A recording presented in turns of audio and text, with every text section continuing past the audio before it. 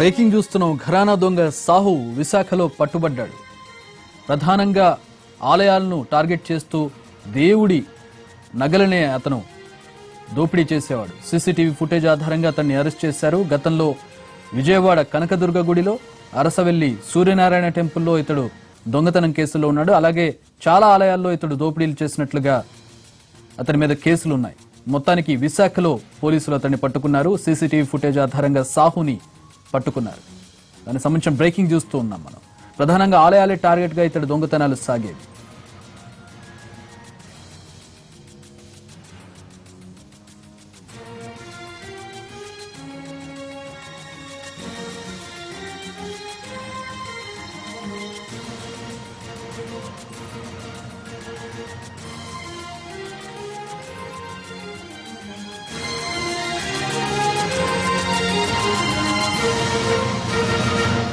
CCTV footage ఆధారంగా అతన్ని arrest చేశారు. దానికి సంబంధించిన ఫుటేజ్ మనం చూస్తూ ఉన్నాం. ఇతడు దొంగతనానికి పాల్పడుతుండగా రికార్డ్ అయినటువంటి సీసీటీవీ ఫుటేజ్ ను మనం చూస్తూ ఉన్నాం. అయితే ఈ అరెస్ట్ కి సంబంధించిన మరిన్ని వివరాలు మా విశాఖ ప్రతినిధి అశోక్ అందిస్తారు. అశోక్, చక్రి దేవాలయాలే టార్గెట్ గా చేస్తూ చోరీలకు పాల్పడుతున్న ప్రకాష్ కుమార్ సాహుని పోలీసులు అరెస్ట్ చేశారు, విశాఖ పోలీసులు. అయితే ఇతను గతంలో 1998లో దుర్గగుడిలో చోరీ చేశాడు. అలాగే లబీపేట వెంకటేశ్వర స్వామి ఆలయంలో చోరీ చేశాడు. అలాగే శ్రీకాకుళం జిల్లాలోనే అరసవిల్లి దేవాలయంలో కూడా చోరీకి పాల్పడ్డాడు. అయితే ఆ తర్వాత 3 ఏళ్ల పాటు తన జైలు జీవితం గడిపినప్పటికీ కూడా తర్వాత బయటకు వచ్చి కొన్నాళ్ళు జనజీవన స్రవంతిలో కలిసి ఆ తర్వాత మళ్ళీ చోరీలు మొదలు పెట్టాడు. ఈ క్రమంలోనే గడిచిన 6 ఏళ్లుగా వరుస క్రమంలో చోరీలు చేస్తున్నాడు. అయితే ప్రధానంగా వన్ టౌన్ లో ఒక 2 కేసులు, అలాగే గాజువాక స్టీల్ ప్లాంట్ పరిధిలో ఒక 2 కేసుల మీద ఇతని మీద ఫిర్యాదులు అందాయి. ఈ నేపథ్యంలోనే పోలీసులు ఇతనిపై ప్రత్యేకంగా నిఘా పెట్టారు.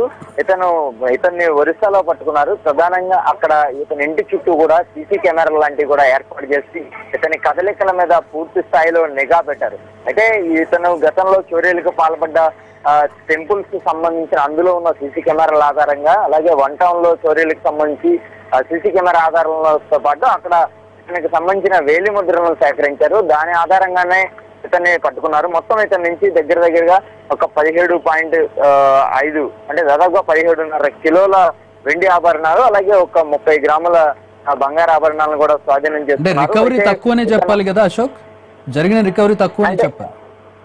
అంటే ఇతను చాలా వరకు అంటే కేవలం ఇప్పుడు చూపించింది కేవలం 4 కేసులలో మాత్రమే అనే చెప్పుకోవాలి. ఎందుకంటే వన్ టౌన్ పరిధిలో 2, అలాగే స్టీల్ ప్లాంట్ 1 ఒడిశా. ఒక ప్రధానంగా ఈ అన్ని దేవాలయాల్లో కాబట్టి ఆ దేవాలయాల్లో ఉండే వెండి సామానే ఇతను ఎక్కువ తస్కరిస్తాడు. పోలీసులు కూడా అక్కడే ఎందుకు చోరీ చేస్తామని ఇంట్రాగేషన్ అడిగిన సందర్భంలో అంటే సెక్యూరిటీ లోపాలు చాలా ఉంటాయి.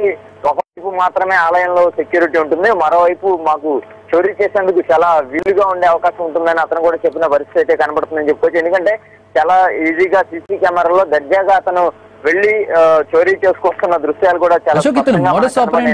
మోడస్ ఆపరెండి ఎలా ఉంటుంది? ఒక్కడే వెళ్తాడా, ఎవరిదైనా సహాయం తీసుకుంటాడా, ఎట్లా చేస్తాడు?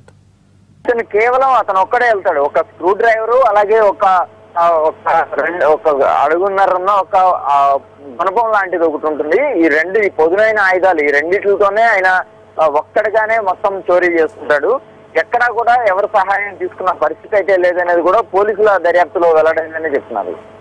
Thanks for the updates Ashok. మొత్తానికి ఘరానా దొంగ చంద్రశేఖర్ సాహును పోలీసులు ఎట్టకేలకు అరెస్ట్ చేశారు. అతడి ఇంటి చుట్టూ, ఒడిశాలో ఉంటాడు ఇతను, అతని ఇంటి చుట్టూ సీసీ కెమెరాలు అతను తెలియకుండా పెట్టి అతని కదలికలను గమనిస్తూ, అలాగే సైంటిఫికల్ ఎవిడెన్స్ కూడా సేకరించి అతని ఫింగర్ ప్రింట్స్, అలాగే ఆయా ఆలయాల్లో ఉన్నటువంటి సీసీటీవీ ఫుటేజ్ ని ఆధారంగా చేసుకుని అతని కదలికలను ఆధారంగా చేసుకుని అతన్ని పట్టుకున్నారు. అతని నుంచి 17.5 కేజీల వెండి, అలాగే 30 గ్రాముల బంగారాన్ని స్వాధీనం చేసుకున్నట్లుగా తెలుసుకుంది. ఇతడు దొంగతనం చేసిన ప్రధానంగా ఆలయాలను టార్గెట్ చేస్తూ ఇతడు దొంగతనాలు చేసి దానికి గల కారణం కూడా చెబుతూ ఉన్నాడు. ఒక పక్క మాత్రమే సెక్యూరిటీ ఉంటుంది, రెండో పక్క ఉండదు, నాకు ఈజీగా ఉంటుంది కాబట్టి ఈ ఆలయాలను టార్గెట్ చేస్తూ దొంగతనాలు చేస్తూ ఉన్నానని చెప్పి పోలీసులు ఇంటరాగేషన్ లో చెప్పినట్లుగా తెలుస్తోంది. ఒక్కడే ఈ దొంగతనాలకు పాల్పడినట్లుగా తెలుస్తోంది.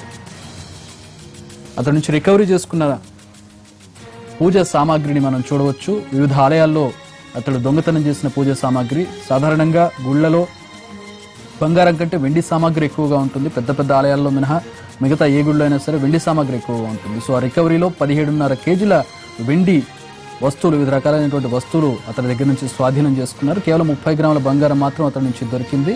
గతంలో అతడు ఆంధ్రప్రదేశ్లోని విజయవాడ దుర్గగుడిలో కూడా భారీ దోపిడీకి పాల్పడ్డాడు. అలాగే అరసవెల్లి సూర్యనారాయణ, శ్రీకాకుళం జిల్లాలోని అరసవెల్లి సూర్యనారాయణ టెంపుల్లో కూడా చోరీకి పాల్పడ్డాడు. అతడి నుంచి రికవరీ చేసుకున్న ఆభరణాలు కావచ్చు, అక్కడ వాడేటటువంటి వస్తు సామాగ్రి, గుళ్లలో వాడే వస్తు సామాగ్రిని మనం చూడవచ్చు. పోలీసులు అతడి నుంచి రికవరీ చేసుకున్నారు.